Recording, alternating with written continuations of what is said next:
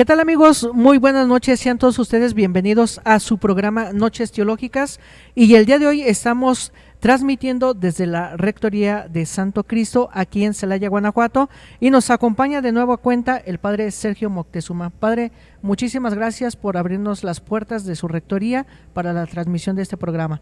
Pues muchísimas gracias por invitarme, gracias a ustedes también por recibirme en esta transmisión, y pues adelante, bienvenidos a esta su casa y a este diálogo.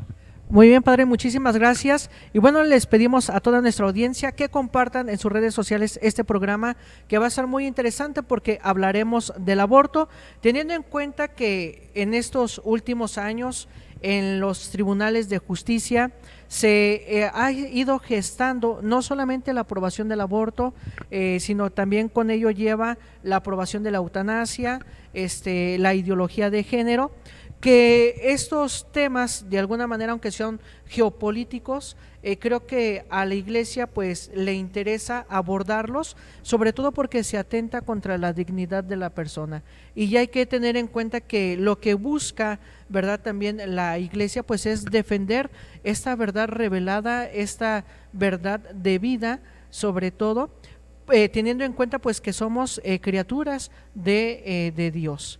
Y algo que ha sucedido hoy en día, que bueno, pues desafortunadamente estas ideologías no solamente se han quedado en los noticieros, sino que se han transportado al sistema educativo, que también es allí donde se empieza a gestar pues esta ideología, este cambio de pensamiento en nuestros jóvenes, que ha generado, desde mi punto de vista como docente, pues una gran confusión, ¿verdad? Donde ya iremos analizando en otros programas, ¿verdad? Una confusión de identidad, pero el tema que el día de hoy nos atañe precisamente es sobre el aborto, donde también está esta confusión de que es, dicen las mujeres, ¿no? Las grandes feministas, es mi cuerpo y yo decido qué es lo que hago, cuando adentro, bueno, pues está otro cuerpo, otro ser, Padre. Sí, estas cuestiones son muy importantes a considerar. ¿Por qué habla la Iglesia sobre estas cuestiones? En primer lugar, porque estas cuestiones afectan directamente al ser humano, a la persona, como bien lo decías. La Iglesia tiene una doctrina cristiana, es decir, una doctrina que se basa en lo que Cristo nos ha dado a conocer, nos ha revelado, pero esa doctrina, siendo sobrenatural, siendo revelada de parte de Dios hacia los hombres, es una doctrina también profundamente humana, profundamente racional, y es ahí donde la Iglesia, basándose en las razones que tiene esta doctrina, dialoga con el mundo y le dice al mundo, le dice a las personas qué enseñanzas son importantes para lograr la felicidad, la plenitud de vida, es decir, aquello que tiene que ver con el ser humano. Es decir, en la doctrina cristiana siempre habrá una base antropológica, y esa base antropológica es lo que permite el diálogo entre cristianos y no cristianos, entre creyentes y no creyentes. Y entre esas cuestiones precisamente está el valor fundamental de la vida humana, que en la doctrina cristiana se refleja en el sexto mandamiento de no matarás, pero también incluye otras cuestiones, como el caso, ya lo mencionabas tú, de la eutanasia. También está el tema del suicidio, está el tema del homicidio, está el tema de la guerra, en fin.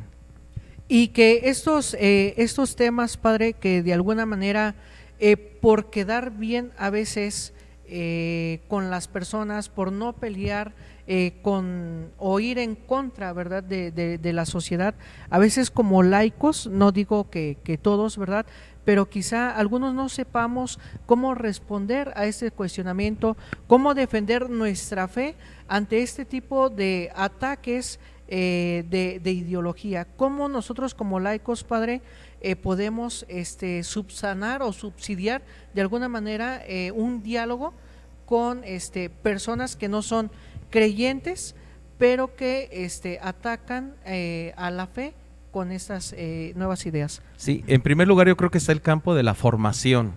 El mismo San Pedro señala en una de sus cartas, 1 Pedro 3:15, hay que dar razones de nuestra esperanza, pero yo no puedo dar razones si no conozco precisamente esas razones. En primer lugar, por lo tanto, es la formación. Creo que dije sexto es el quinto mandamiento de El no quinto, matarás, sí, para aclarar. Entonces, en primer lugar es la formación. Si yo como cristiano conozco bien los fundamentos de mi fe, las razones de mi fe, puedo compartirlo con otros, pero si yo no la conozco, no puedo compartir. ¿Cuál es el punto de partida para el diálogo con los que no comparten mi visión de la vida o mi visión sobre estos temas concretos del aborto? El punto de partida es qué es el hombre o quién es el ser humano, y a partir de ahí, es decir, una base antropológica, sí se puede dialogar. Si el ser humano posee una dignidad invaluable, una dignidad que no se puede tampoco comparar con ningún otro ser, es decir, posee un valor más allá de cualquier otro ser, pues lógicamente es la clave para poder comprender cómo proceder hacia el ser humano. Si yo al ser humano lo pongo al mismo nivel de los animales, de las plantas, si lo pongo al mismo nivel tal vez que otros bienes, lógicamente ahí va a haber una serie de confusiones. ¿Por qué? Porque entonces la vida del ser humano pasa a otro plano, tendrá otro nivel jerárquico. Entonces, ¿cuál es el punto de partida? Decíamos, la antropología, que yo conozca cuáles son las razones antropológicas de mi fe cristiana para yo compartirlas con los demás. Y en ese punto de partida está la gran dignidad del ser humano, y es decir, su valor de excelencia en relación a los otros seres. La vida del ser humano será entonces el bien fundamental de la persona, el bien fundamental sin el cual no existen otros bienes. Por eso el tema de la vida humana será clave. ¿Cuál sería como ese punto de partida? Decíamos, pues el valor del ser humano. ¿Y cuáles son los bienes que posee el ser humano? Pues el bien fundamental de todos, en el que se sustentan los otros bienes o valores, es la vida humana. Entonces, a partir de ahí se ve la importancia de respetar, cuidar, promover la vida humana desde el primer momento que inicia. El otro punto también, que es antropológico y científico a la vez, es el tema de ¿y cuándo comienza entonces la vida humana? Que es un punto clave. Es un punto clave tanto para entender el problema, la cuestión ética del aborto, es un punto clave para entender también un diálogo moral, y es el punto clave incluso para la cuestión legal. ¿En qué momento comienza la vida humana? Científicamente no es un dato solo de revelación o de fe, es un dato científico, y precisamente es tan científico que no puede ser rebatido por nadie. La vida humana, ¿en qué momento comienza? Pues en el momento mismo de la concepción, cuando la concepción culmina, es decir, cuando los dos principios biológicos por el cual se genera la vida humana, que es el gameto masculino, el gameto femenino, el espermatozoide y el óvulo, se funden, ya forman un nuevo ser, un nuevo individuo que tiene toda una estructura genética determinada, completa, íntegra, que ya lo constituye un individuo distinto a sus progenitores, autónomo y con un dinamismo de vida que lo pone también ya de una manera, ¿qué podríamos decir? En un movimiento tal que culminará hasta el momento de su muerte. Entonces, si en ese momento de la concepción comienza un individuo de la especie humana con un cuadro genético completo, íntegro, ahí se plantea entonces que desde ese momento ese individuo, por ser de la especie humana, por poseer esa dignidad especial del ser humano, tiene que ser respetado, tiene que ser protegido, tiene que ser promovido. La pregunta es si reconocemos o no reconocemos lo que la ciencia, los datos de la ciencia nos brindan. El ser humano está presente ahí desde ese primer momento ya de la concepción. Hay una cuestión legal que seguramente tanto tú como los que nos estén viendo en este programa tienen conciencia de este problema, de esta cuestión. ¿Cuál es? Si nuestra Constitución, si nuestras leyes reconocen la existencia de un individuo de la especie humana y por lo tanto como una persona que debe ser respetada, que debe ser valorada, protegida, etcétera, de ahí se deriva que entonces las leyes van a proteger a ese individuo desde el primer momento de la concepción. ¿Cuál es el caso de México y otros países donde se promueve el aborto? Que se ha dicho que no, que desde el primer momento de la concepción puede estar genéticamente ante un individuo de la especie humana, pero no ante un individuo con derechos, no ante una persona. Y por lo tanto no se le reconoce un estatuto jurídico al embrión. Y al no reconocérsele un estatuto jurídico al embrión, por lo tanto no es sujeto de derechos. Y es ahí donde se plantean los conflictos artificiales, en el marco legal me refiero, donde ante el bien de la madre o el bien del embrión. Pues legalmente, si yo ya dije que el embrión no tiene un estatuto jurídico y no tiene por qué ser reconocido con derechos, pues lógicamente el que siempre saldrá perdiendo es el embrión. Y es ahí donde a veces la discusión patina y ya no avanza. ¿Por qué? Porque en la legislación reciente no se reconoce el estatuto jurídico del embrión como un ser humano sujeto de derechos. Y por lo tanto puede ser utilizado, manipulado de cualquier manera frente a los otros bienes, como es en el caso que a veces se habla del bien de la madre. Exactamente, y que en esta ley que señala, padre, se manifiesta ya también por semanas, ¿verdad? Donde se dice, a partir de las 12 semanas, bueno, se considera ya como una formación, como persona, ya con ciertos derechos. Antes de esas 12 semanas no se le considera así, aunque ya toda esta antropología científica que nos ha mostrado que nos ha mencionado sobre la vida, bueno, pues nos va marcando pues esta pauta, ¿verdad? Que ya tiene vida, que ya tiene esa genética humana, y con esto, bueno, pues vamos a una pausa para seguir debatiendo, seguir ampliando, bueno, pues toda esta temática del aborto en este sentido legista. Enseguida continuamos.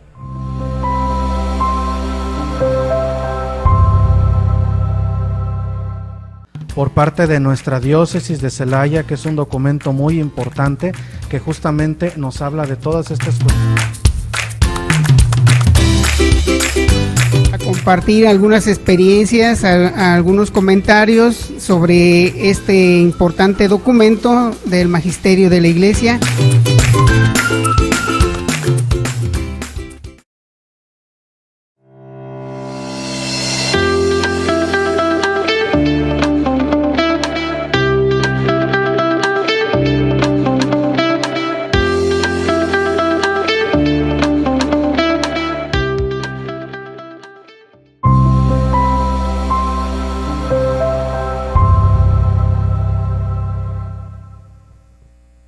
¿Qué tal, amigos? Ya estamos de regreso aquí en su programa de Noches Teológicas con este tema del aborto. Y padre, antes de irnos a la pausa, habíamos mencionado este aspecto de las 12 semanas, y yo creo que aquí también hay un problema importante, que ya también lo señalaba con la comparación del ser humano con las otras especies, ¿verdad? En primera instancia, el definir qué es persona, ¿verdad? ¿Cómo entender qué es una persona, a partir de cuándo ya se puede considerar al embrión, ¿verdad? Si ya se puede considerar como persona o no? Y el siguiente punto en esta vertiente es ver cómo se va equiparando precisamente la vida humana, que tiene más cualidad, vamos a ponerlo de esa manera, más cualidad, más virtud que un animal, ¿verdad?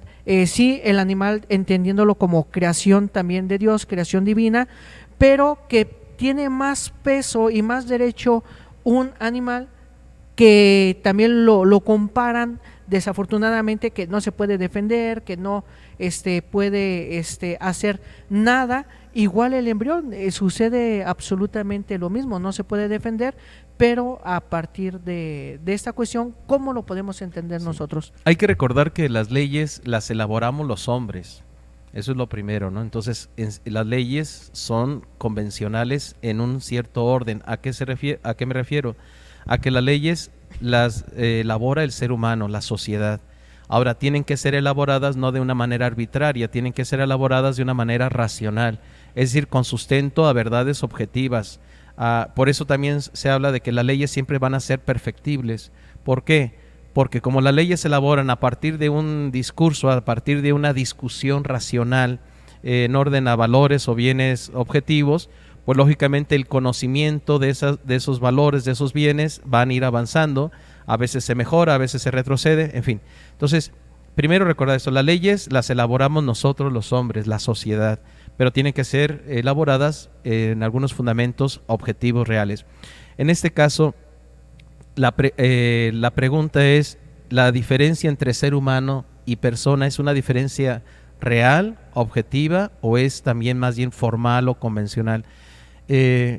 hablábamos de que dentro de las razones que la doctrina cristiana habla a favor de la vida desde el primer momento de la concepción es precisamente porque ella comienza a existir un individuo de la especie humana, ¿sí? Con una genética completa, total, distinguible y en un dinamismo imparable hasta la muerte.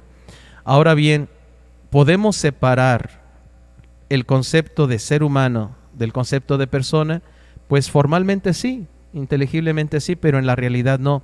Y es ahí donde esa discusión también patina. Así como decíamos que muchas veces se patina por el hecho de no reconocer un estatuto jurídico al embrión, pues también en este otro ámbito filosófico. Está una cuestión antropológica, por lo tanto tiene que ver con la ciencia y tiene que ver con la filosofía. Y en este campo del concepto persona, lo dicen también documentos de la Iglesia, es un concepto filosófico. Es un concepto filosófico que también tiene una presencia jurídica, pero es principalmente filosófico.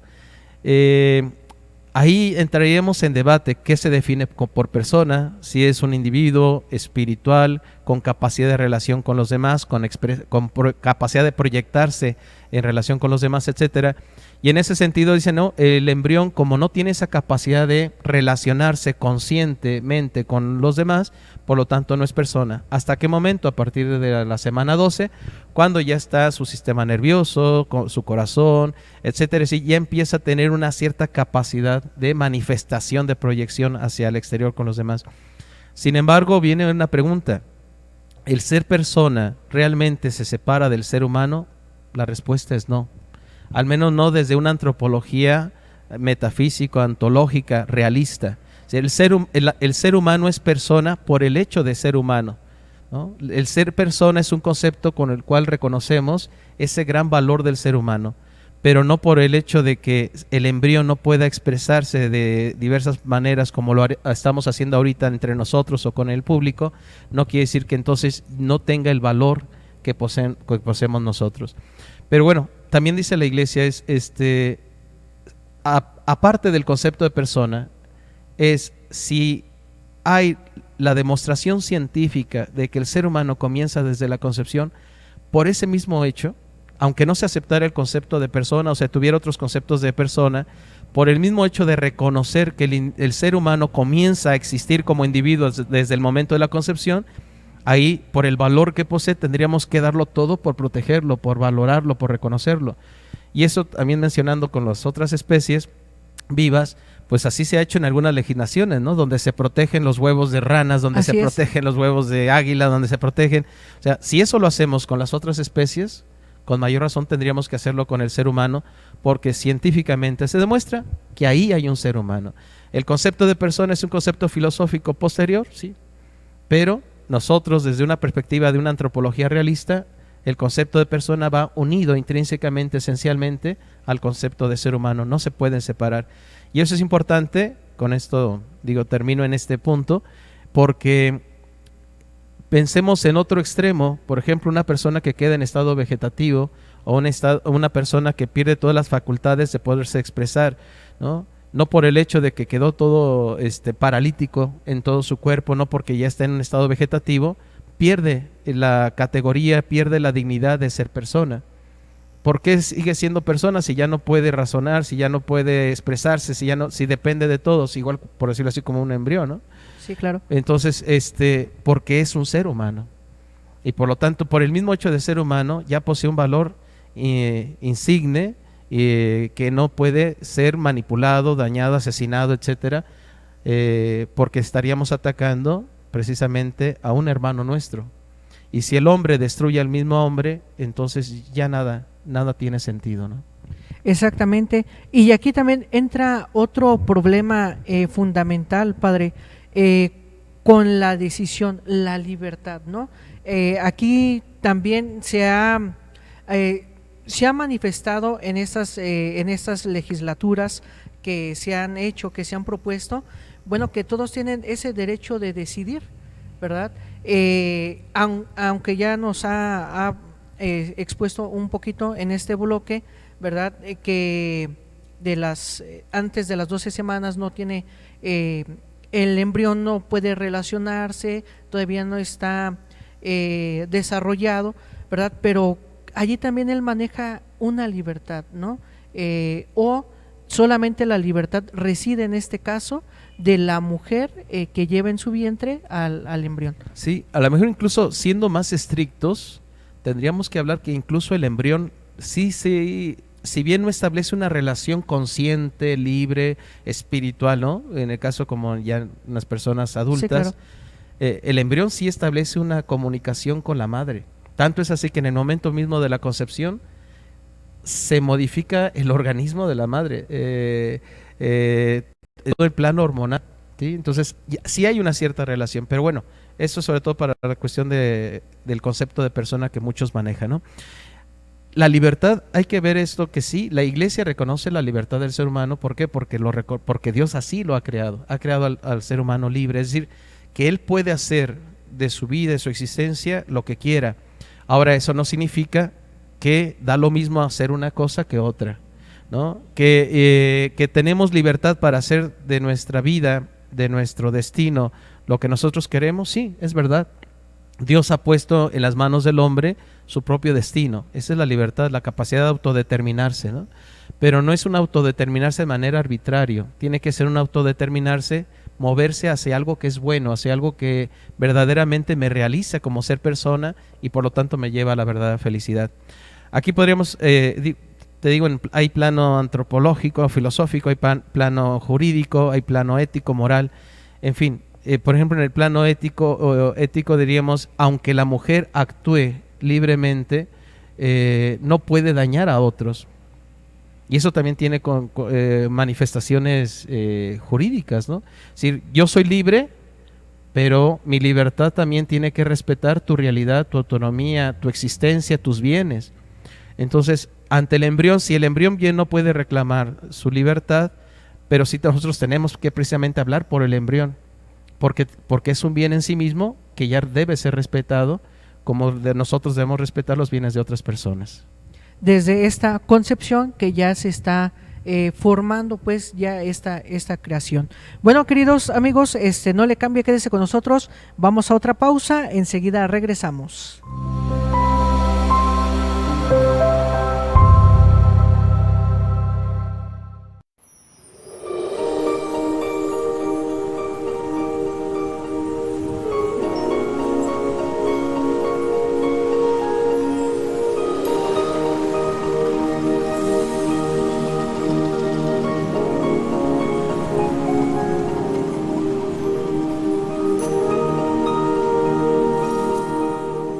Por parte de nuestra diócesis de Celaya, que es un documento muy importante que justamente nos habla de todas estas cosas.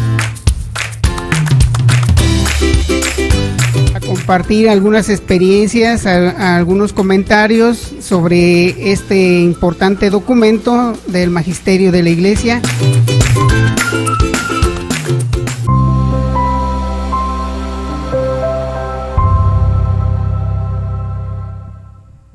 Bueno, amigos, ya estamos de regreso aquí en su programa de Noches Teológicas, transmitiendo desde la Rectoría de Santo Cristo. Y bueno, pues vamos a retomar, Padre, este aspecto de la libertad que es fundamental. Y lo vemos en la Sagrada Escritura, ¿verdad? Dios creó al hombre a su imagen y semejanza y respetó pues prácticamente esta libertad que nos concede o que es un gran don para nosotros los seres humanos, las personas. Sí, la libertad es otro de los valores o bienes fundamentales del ser humano, es verdad, pero el ejercicio de esta libertad tiene que hacerse respetando precisamente el orden de la sabiduría y el orden lógico o objetivo de los otros seres también. Lo vemos que incluso, por ejemplo, el hombre la creación ha sido dada al hombre, pero el hombre no puede utilizar a la creación de manera arbitraria, tiene que saber relacionarse adecuadamente con la creación. Tanto así que ahorita hay una gran sensibilidad ecológica, ¿no? Claro. Pues si eso se habla de la creación, es decir, con las plantas, con los animales, con los minerales, etcétera, con mayor razón en este caso con otro individuo de la especie humana, con otra persona.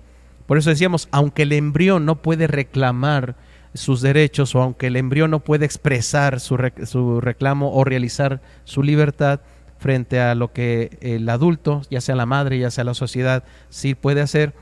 Sin embargo, el embrión, por ser un humano, un individuo de la especie humana, ya exige en sí mismo, de manera silenciosa, pero con toda la claridad de la lógica, exige ser respetado, ¿no? ¿Y cuál es el bien fundamental? Pues la vida.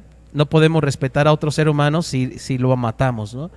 Digo, aquí es un diálogo apenas de introducir estas cuestiones, Claro. suscitar un poquito la curiosidad también, o el gusto por estos temas, pero hay muchos autores católicos que sobre esto han hablado. Entre ellos nos han visitado estas semanas pasadas algunos de estos autores a favor de la vida.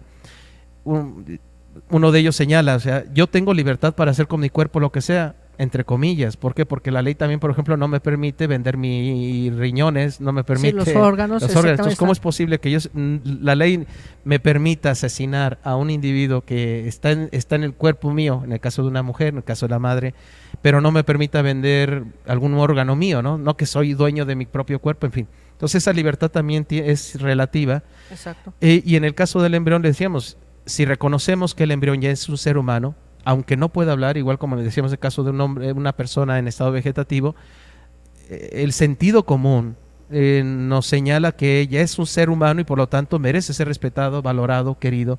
Y precisamente entre más inocente, también ya lo señalabas hace un momento, entre más inocente, entre más incapaz por sí mismo de defenderse, pues mayor necesidad y deber tenemos la sociedad de protegerlo, de ayudarlo, de ser la voz de ellos, ¿no?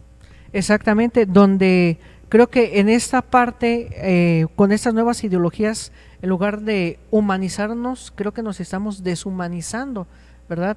O bien estamos humanizando, pero a otros seres, ¿verdad? Y perdiendo pues ese interés, ese amor por la dignidad, por la integridad de la persona. Hay muchas cosas aquí que intervienen. En el aspecto también viene todo el tema emocional. O sea, el aborto sí es una situación muy compleja, no es tan fácil. Por eso tampoco ni la iglesia ni los cristianos podemos hablar de estas cuestiones como si fuera blanco y negro. ¿Por qué? Porque hay unas cuestiones muy confusas en las cuestiones emocionales, morales, las circunstancias de las personas. Pero si no mantenemos con claridad los fundamentos de nuestras decisiones, como es el reconocimiento de una vida humana desde el momento de la concepción y por lo tanto el deber de valorarlo, respetarlo y promoverlo, entonces cuando vengan estas situaciones tan complejas nos vamos a confundir. Precisamente las leyes y principios están ahí para ayudarnos en los momentos difíciles, tomar decisiones adecuadas. Pero si la sociedad y más aún el gobierno, el Estado, no nos ayudan, sino nos confunden más, pues entonces esto como dices, se va deshumanizando. Últimamente se está reconociendo un supuesto derecho de que cuando una persona, una mujer llega y dice en un hospital que fue violada, ya se quitó todo el procedimiento que se necesitaba antes para poder proceder al supuesto ¿cómo se dice? Análisis de pruebas. De pruebas. Ahora no, dices que te violaron sin preguntar nada, simplemente proceden lo que el sistema de salud indica, ¿no? Lavado de vagina, todo lo que eso implica, ¿no? Y posiblemente hasta un aborto si es que haya quedado embarazada. Pero ¿qué pasó? ¿Dónde quedó el culpable? ¿Dónde quedó la protección de esa mujer? ¿Dónde quedó la protección de esa niña si es un menor?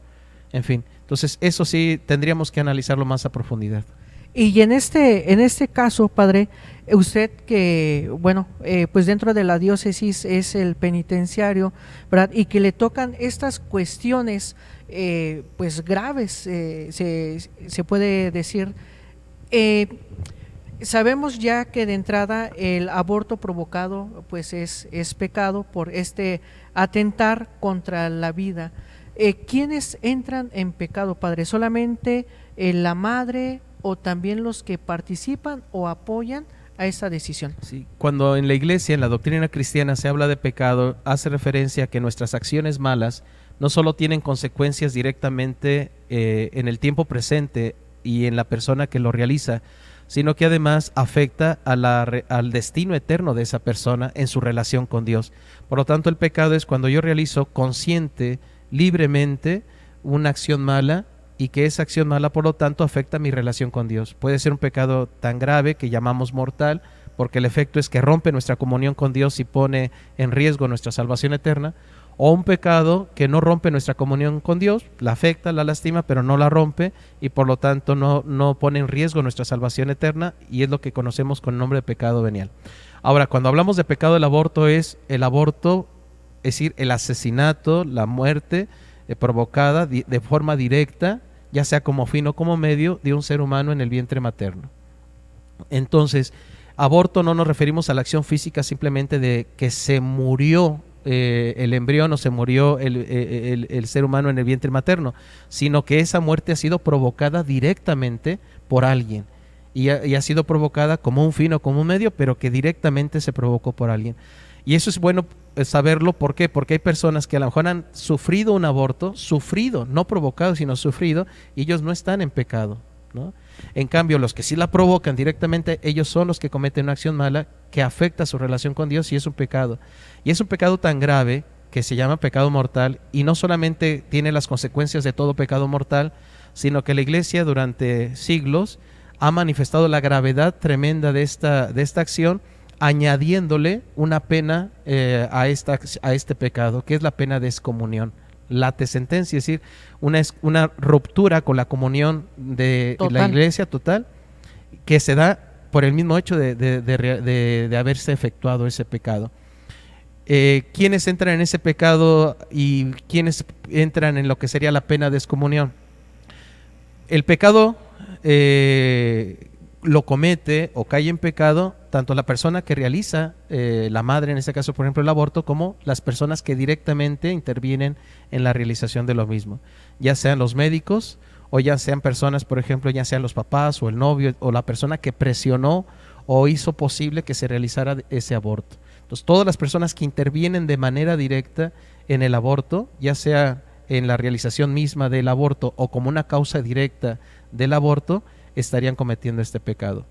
Pero para caer en la pena de excomunión se requieren además otros requisitos. ¿Qué le parece si nos los comenta después de esta pausa, padre? Muy bien. Vamos a una pausa, enseguida regresamos.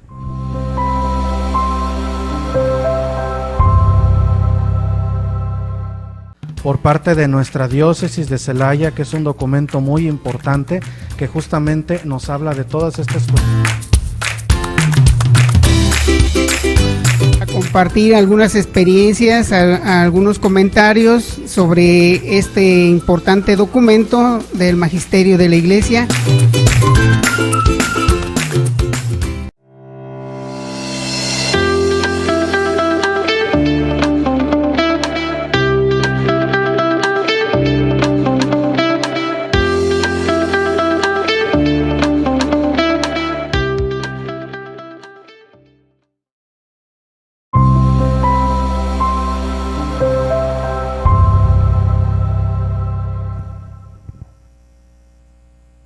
Bueno, amigos, ya estamos de regreso. Muchísimas gracias por seguir con nosotros. Compartan en sus redes sociales estos programas, ¿verdad?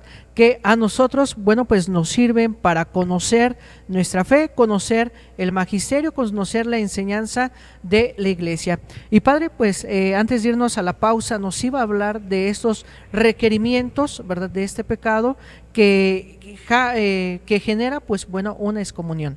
Sí, decimos que hay que saber distinguir entre lo que es un aborto como un hecho, lo cual puede suceder de una manera como pues el sufrimiento de padecer un aborto, y eso no sería pecado, mientras, aunque pueda sentir el dolor, la tristeza, la madre o la familia alrededor, el padre también, ¿no? El sentimiento de pérdida. En cambio, cuando hablamos de aborto como pecado, es cuando yo lo realizo de manera directa, es decir, voy directamente a quitarle la vida a ese embrión, a esa persona en el vientre materno, y sé lo que estoy haciendo y lo realizo, y por lo tanto cometo ese pecado. ¿Quiénes entran en ese pecado? Todos los que directamente intervienen, ya sea en la realización de la acción, el hecho mismo, o a través de de la motivación de otro tipo de causas, ¿no? Y dentro de lo que es el pecado de aborto, ya como esa acción que va directamente contra la vida de este inocente, algunas situaciones incluso hacen que ese pecado de aborto, que es un pecado grave, un pecado mortal, además se le imponga una pena que es la excomunión, el rompimiento, decíamos, total de comunión con la Iglesia y por lo tanto con la gracia, claro, ¿no? ¿Qué requisitos se deben dar para que se dé esta pena de excomunión? Estos requisitos están presentes en diversos puntos del derecho canónico. Entre ellos, primero es que sea un pecado, es decir, que sea un hecho realmente consciente, deliberado que se haga, ¿no? En sus facultades. En sus totales. facultades, con consentimiento y con conocimiento y consentimiento. Segundo, que de hecho se realice la acción. ¿Sí? Porque hay a veces que puede haber un atentado de aborto, pero no haya seguridad si se realizó o no se realizó. Puede sospechar que se realizó, pero no estar seguros. Sobre todo cuando el embrión todavía está en una etapa prácticamente de microscópica, ¿no? Sí, claro. Que no hay una seguridad, no hay una certeza absoluta, ¿no?, de que se haya llevado a cabo. Tercero, que sea realizado por una persona mayor de edad. En este ámbito, mayor de edad se refiere a mayor de 16 años, ¿no? Si lo cometió una jovencita de 13 años, pues ya no cae en esta causal de excomunión. Se requiere también el hecho de que se conozca, por ejemplo, que no solamente que se conozca que sea pecado, sino que se conozca la pena que conlleva. Entonces hay gente que sí, por ejemplo, se le puede preguntar, bueno, ¿y tú sabías que estaba mal lo que estabas haciendo? Sí, padre, sabía que era muy grave. Pero ya le preguntamos después, ¿y sabías tú en ese momento que había una pena de excomunión? No, padre, no lo sabía, eso lo supe hasta ahora. Entonces, si había desconocimiento de la pena de excomunión, no se cae en ella.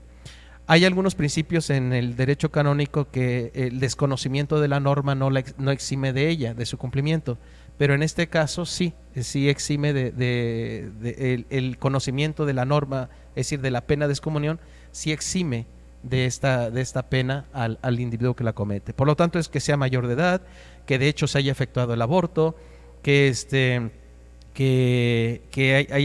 señalamos también que sepa que se cae en excomunión, que haya conocimiento de la pena, por ejemplo. Entonces, habemos a veces incluso los sacerdotes que no sabemos de esto, pensamos que todo pecado de aborto cae en pena de excomunión. No, son dos realidades distintas. El pecado el aborto como pecado es una consecuencia inmediata, esencial de la acción misma. En cambio, la pena de excomunión es una pena añadida por la autoridad de la Iglesia. Entonces, hay unos requerimientos, y estos son, ¿no?, que haya sido mayor de edad, que de hecho se haya efectuado el aborto, no solamente sospecha, y que la persona que realizó esta acción supiera en ese momento que la excomunión estaba presente como pena. Si no se conoce esto, o si no se realizó esto, no hay pena de excomunión. Por lo tanto, sí puede haber pecado mortal, o sí lo hay, pero no es pena de excomunión. ¿Quiénes caen en pena de excomunión? Lo mismo que lo de pecado de aborto. Todos los demás que intervinieron, que siendo mayores de edad, que conociendo, etcétera, que se den estas causales, caen también en la excomunión. Si la mamá o los papás obligaron a la hija a abortar, pues ellos están en pecado de aborto y de excomunión es que también. Exactamente, los médicos o las enfermeras que intervinieron directamente en ese hecho también, ¿no?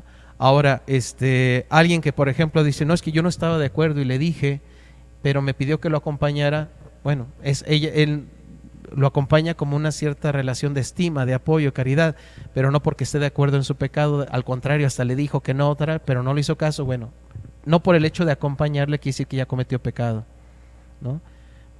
Tiene que darse estas otras causales. Y eso es importante porque luego de repente confundimos cosas, y la doctrina de la Iglesia trata de abarcar todo lo complejo que es esta realidad, ¿no? Y todavía nos falta hablar todo el tema emocional, psicológico, las consecuencias que hay, ¿no? Pero bueno, entonces, y por último en este punto también que se pregunta es, ¿y quién puede por lo tanto perdonar el pecado de aborto? Cuando se da el pecado de aborto sin caer en la pena de excomunión, de principio cualquier sacerdote lo podía hacer. Pero cuando se cae en pena de excomunión, solamente lo podía hacer el obispo o el ordinario del lugar, o aquellos que por oficio la Iglesia les autorizaba, o aquellos a quien el obispo delegara, ¿no?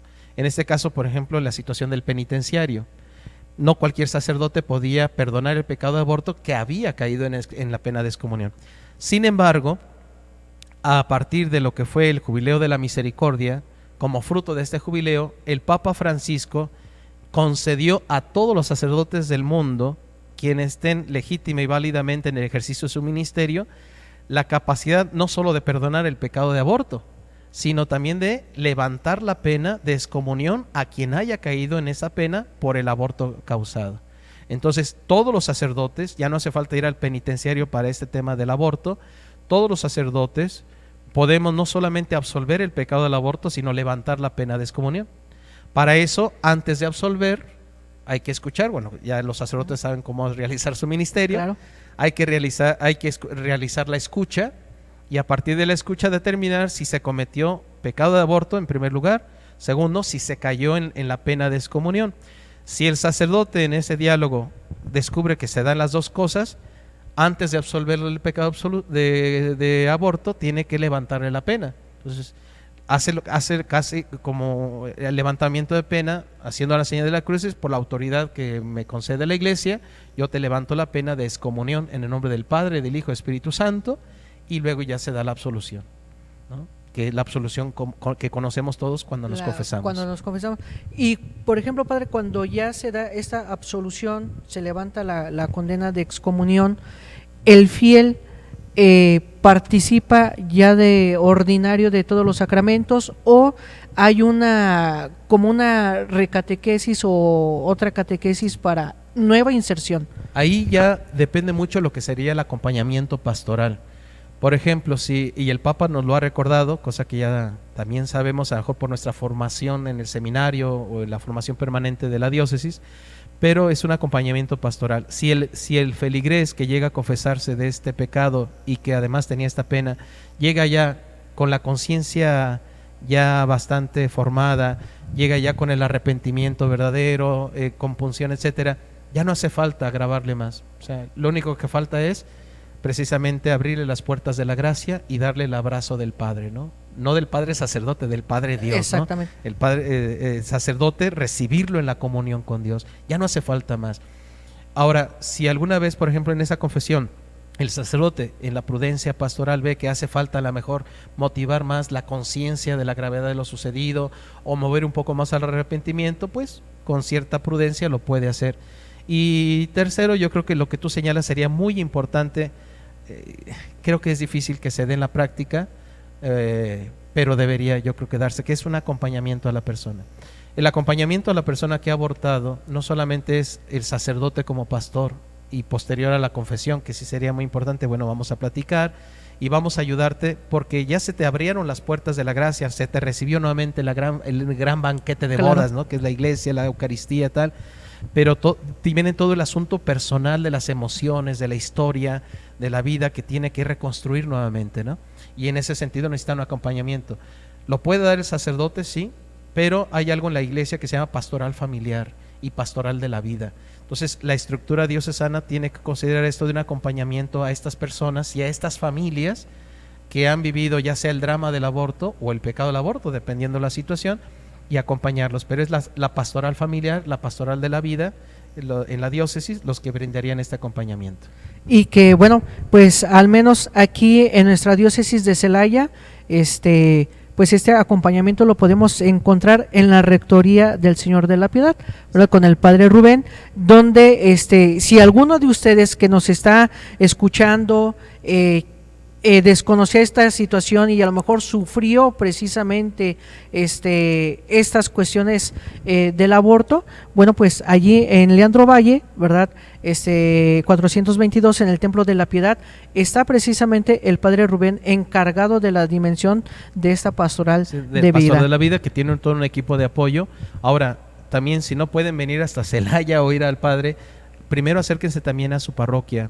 Hay agentes de pastoral laicos o a su sacerdote en este diálogo, y le pedimos a los sacerdotes, como hace el Papa Francisco, a que se dispongan a recibir, a escuchar y a orientar adecuadamente a estas personas.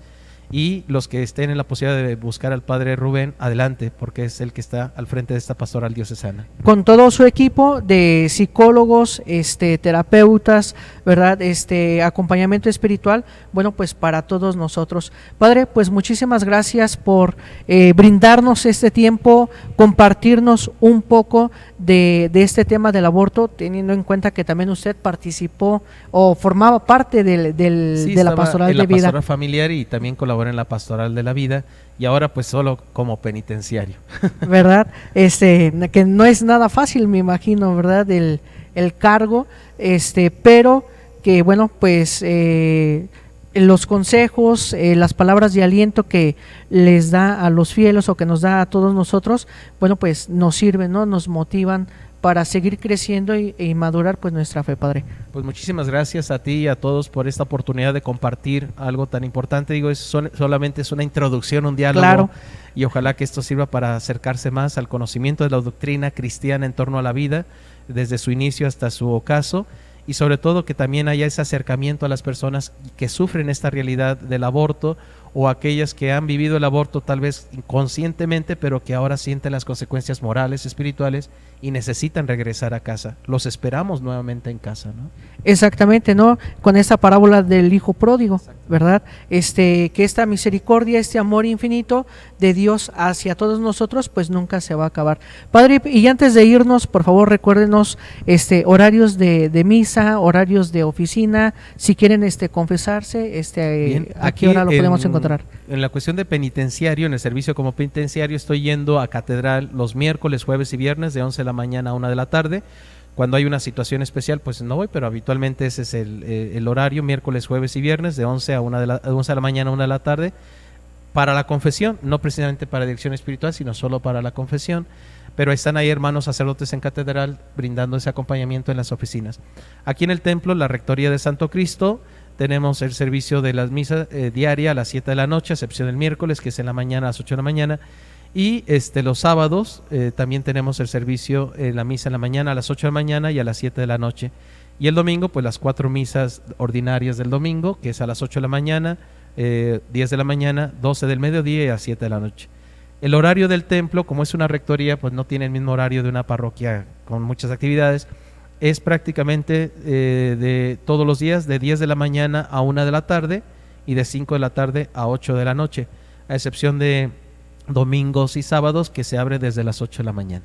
Bueno, pues Padre, de nueva cuenta, pues muchísimas gracias por brindarnos este espacio, y gracias a toda nuestra audiencia que está al pendiente semana tras semana con este programa de Noches Teológicas. Bueno, me despido de ustedes, su amigo Jorge Gasca y el Padre Sergio Moctezuma Estrada.